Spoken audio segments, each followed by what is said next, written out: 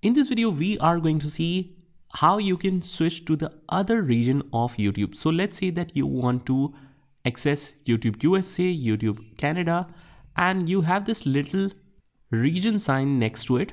So if you want to switch to any of the other region, what you can do is just head over to the profile icon on the top right hand corner and simply click on the location, and you can use any location you want.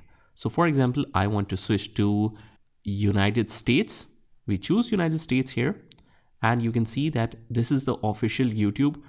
So for this specific region, it will not show any regional settings or regional short letters.